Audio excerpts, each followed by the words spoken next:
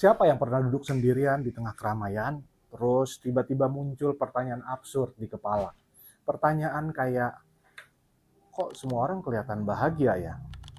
Apa mereka beneran bahagia atau mereka cuma jago acting? Atau kok hidup gua kayak nggak ngerasain bahagia seperti orang-orang ini? Kayaknya begini-begini aja hidup gua. Terus salah gua di mana?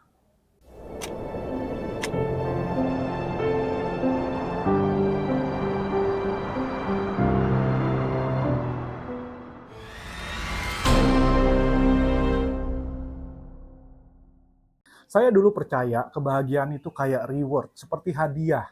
Hadiah buat orang yang rajin. Kayak zaman dulu kita dikasih stiker bintang waktu kita masih kecil. Kamu kerja keras, impian kamu tercapai, baru deh kamu boleh bahagia. Masuk akal sih di atas kertas. Masalahnya saya ketemu banyak orang yang udah sampai di titik itu, yang dari luar kelihatannya sukses banget, tapi mereka bilang mereka tetap merasa kosong. Saya sempat mikir, oh mungkin karena kurang kali nominal kekayaan yang dia targetin belum tercapai. Mungkin. Atau mungkin dia kurang keren, mungkin dia kurang operasi plastik karena merasa kurang keren. Mungkin karena kurang healing, kurang jalan-jalan, atau highlight-nya di Instagram belum banyak bendera-bendera dari negara-negara yang pernah dikunjungi.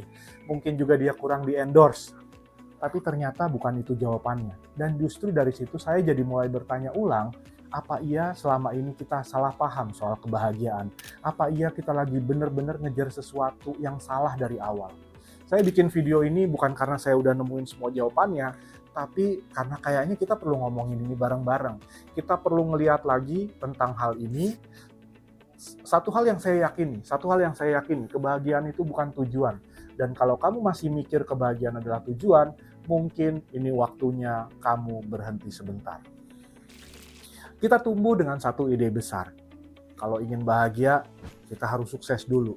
Sukses sekolah, karir, sukses hubungan, baru boleh bahagia. Itu katanya. Kata siapa saya juga nggak tahu. Dan kita percaya aja. Jadi kita kejar, kita kerahkan energi, waktu, ambisi. Kadang sampai lupa caranya untuk berhenti. Kita pikir nanti kalau sudah sampai di titik itu, aku pasti akan bahagia. Padahal kadang belum jelas juga titik itu di mana.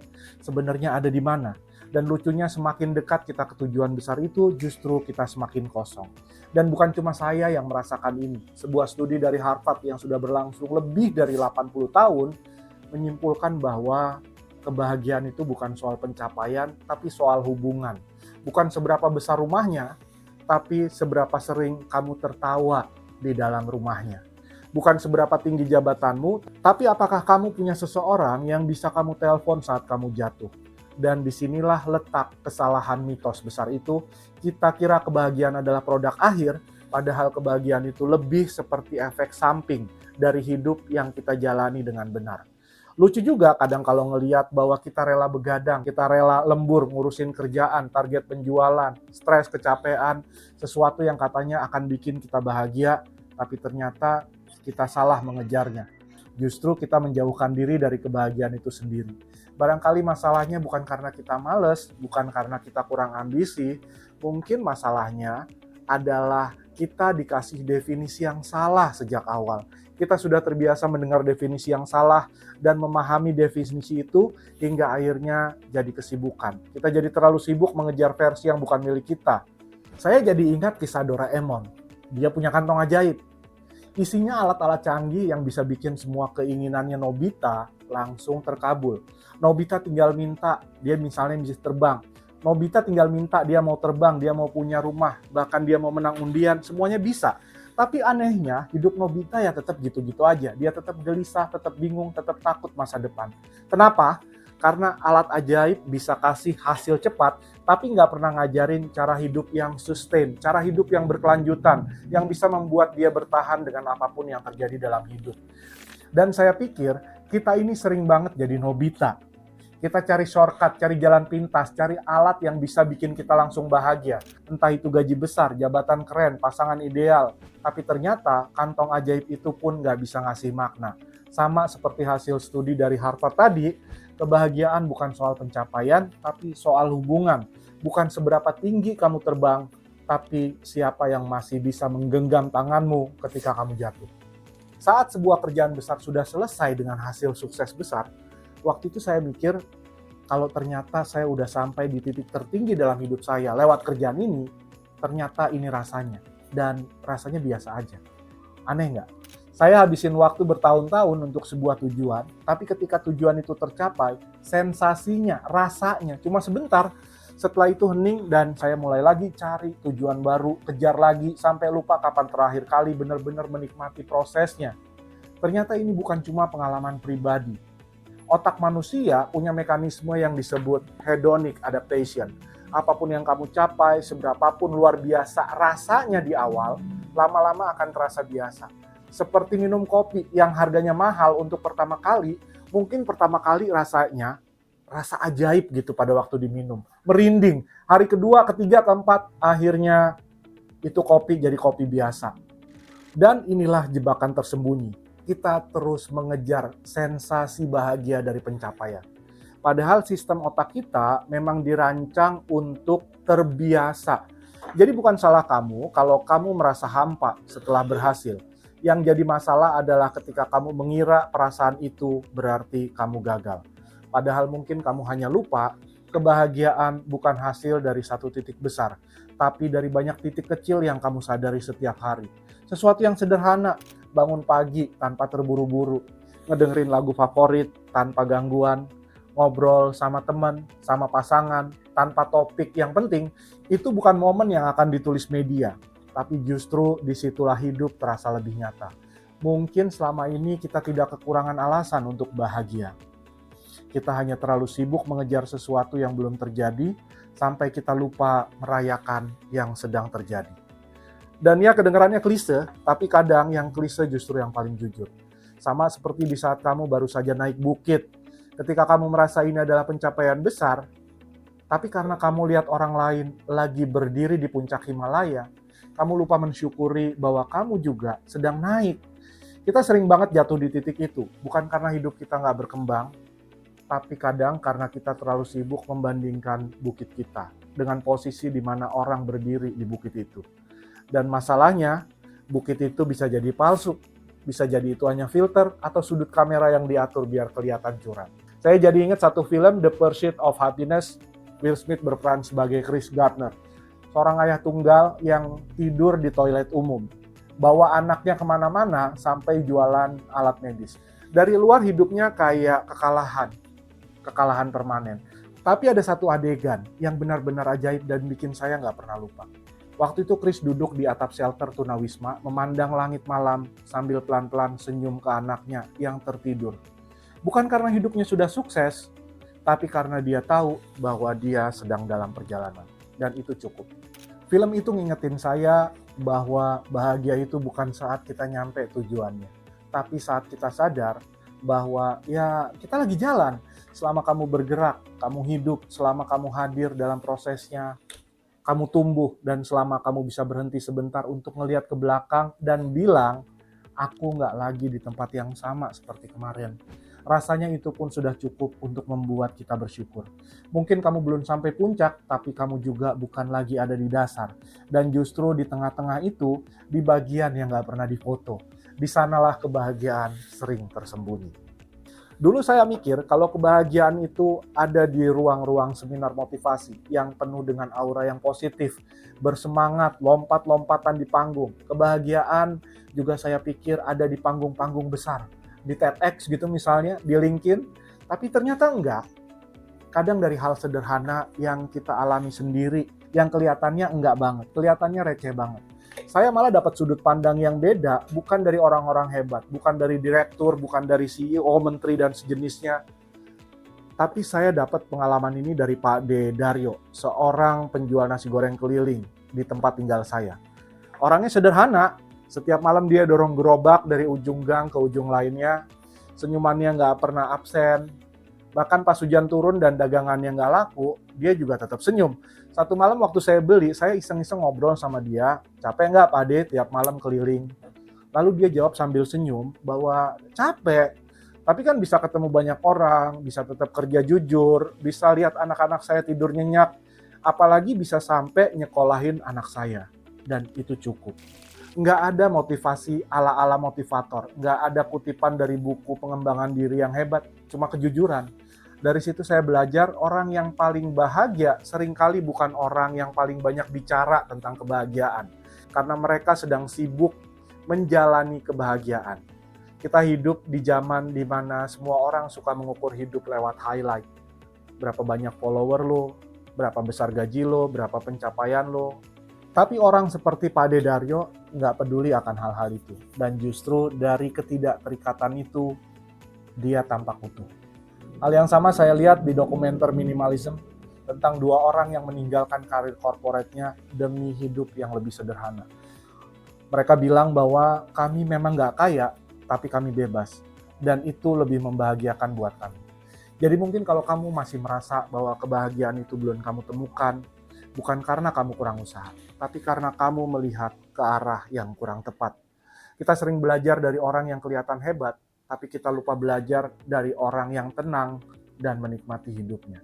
Dan kalau kamu jeli, orang paling tenang itulah yang paling damai dengan hidupnya.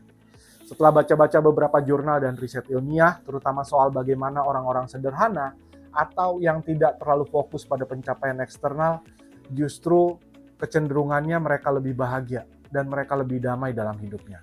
Penelitian dari Harvard Study Adult Development yang dilakukan oleh Robert Wardinger dan kawan-kawan dilakukan di tahun 1938 sampai 80 tahun kemudian, dan hasilnya adalah good relationship keep us happier and healthier. Bukan kekayaan, bukan ketenaran, tapi hubungan yang hangat dan stabil. Bahkan hubungan sederhana sehari-hari yang paling berpengaruh pada tingkat kebahagiaan dan kesehatan jangka panjang seseorang. Sementara Journal of Positive Psychology, Hedonic versus Eudaimonic Well-being yang diinisiasi oleh Alan Waterman memberikan kesimpulan bahwa orang yang mencari makna meskipun lewat hidup yang sederhana dan penuh syukur, ternyata merasa lebih bahagia dan lebih berkecukupan dibanding orang yang hanya mengejar kesenangan atau pencapaian jangka pendek. Terakhir, ada self-determination theory dari Deci dan Ryan. Ada 3 elemen penting untuk kebahagiaan: otonomi, kebebasan memilih; kompetensi, merasa mampu; relatedness, merasa terhubung.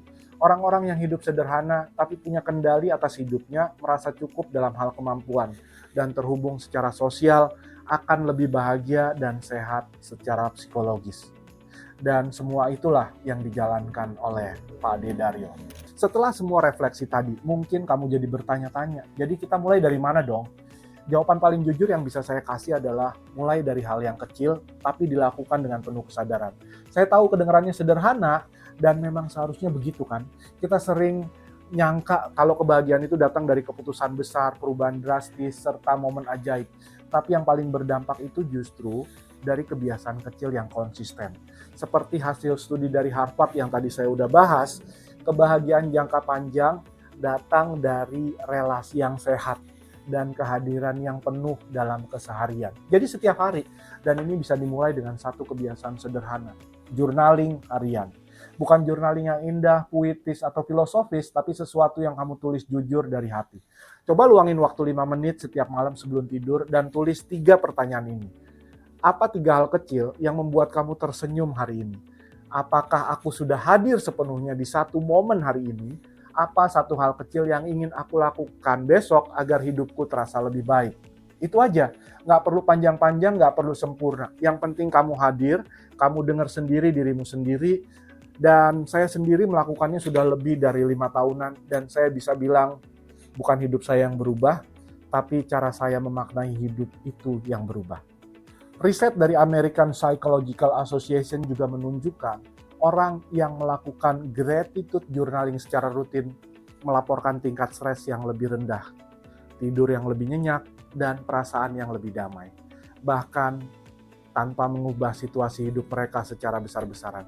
Dan satu hal lagi, jika kamu merasa canggung untuk mulai sendiri, saya sudah siapin workbook kejelasan arah hidup ada workbook dan ebook anti bingung, serta ada self-discovery tool yang disebut dengan versi ideal hidup saya. Tinggal diisi dengan menjawab pertanyaan yang udah saya uji sendiri dan bantu banyak orang untuk meningkatkan kesadarannya. Linknya saya sertakan di deskripsi di bawah video ini. Mungkin dari luar hidupmu belum banyak yang berubah, tapi bisa jadi kamu memandang hidup, cara kamu memandang hidup mulai bergeser. Itulah awal dari kebahagiaan yang sesungguhnya yang kamu bisa dapetin dari journaling. Kalau mau lebih banyak dapat sudut pandang tentang kebahagiaan, nonton film juga bisa jadi sarana yang bagus. Ada film About Time, diproduksi 2013, sutradaranya Richard Curtis, pemeran utamanya Dawn Hall sama Rachel siapa gitulah. Kurang lebih kisahnya di film ini tuh kayak cerita tentang seorang pria muda yang punya kemampuan buat balik lagi ke masa lalu dan dia bisa mengulang momen dalam hidupnya. Jadi awalnya dia menggunakan kekuatan itu untuk memperbaiki kesalahan-kesalahan dia, untuk mendapatkan cinta, untuk mendapatkan versi hidup yang lebih baik. Tapi seiring waktu, tim mulai menyadari satu hal, bahwa kebahagiaan sejati itu datang bukan dari mengubah masa lalu, tapi dari apa gitu saya lupa lah ya. Nonton aja deh filmnya ya. Mungkin setelah nonton video ini, kamu masih belum punya semua jawabannya. Dan gak usah khawatir, gak apa-apa kok. Karena mungkin memang bukan jawabannya yang kamu butuhin sekarang, tapi yang kamu butuhin sekarang adalah kesadaran. Kesadaran bahwa kamu sedang dalam proses discovery, sedang dalam proses pencarian. Dan itu aja kayaknya udah lebih cukup. Saya percaya kebahagiaan itu bukan tujuan akhir, bukan sesuatu yang harus kamu buru-buru, bukan sesuatu yang harus kamu buru mati-matian, tapi sesuatu yang bisa kamu temui pelan-pelan, waktu kamu berani berhenti sebentar dan mulai jujur sama diri sendiri. Karena hidup ini sesederhana apapun, tetap punya ruang untuk kita berhenti sebentar.